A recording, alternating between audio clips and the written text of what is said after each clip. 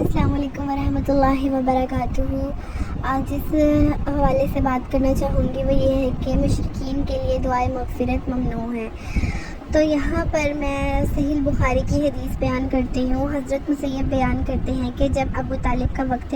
وفات قریب آیا تو حضور صلی اللہ علیہ وآلہ وسلم ان کے پاس تشریف لے گئے، تو وہاں پر پہلے سے ہی ان کے پاس ابو جہل بن ہشام اور عبداللہ بن ابی مغیرہ موجود تھے۔ تو آپ صلی اللہ علیہ وآلہ وسلم نے اپنے چاچا جان سے کہا کہ آپ لا الہ الا اللہ محمد رسول اللہ کا اقرار کر لیں، یہ وہی کلمہ ہے جس کی وجہ سے میں آپ کے گواہی پیش کروں گا قیامت والے دن اللہ تعالیٰ کے حضور۔ تو اس کے بعد پھر اسی موقع پر ابو جہل نے اور عبداللہ بن امیہ نے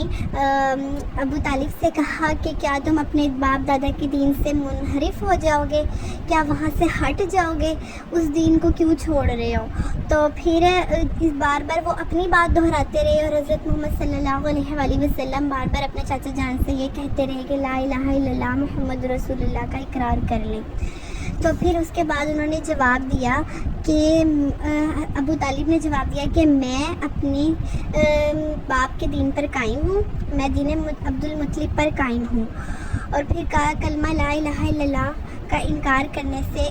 کرنے سے انکار کر دیا، اور اس کے باوجود آپ صلی اللہ علیہ وسلم نے ارشاد فرمایا کہ میں آپ کے لیے اس وقت تک استغفار کرتا رہوں گا جب تک مجھے اس چیز سے منع نہ کر دیا جائے۔ پھر اس کے بعد یہ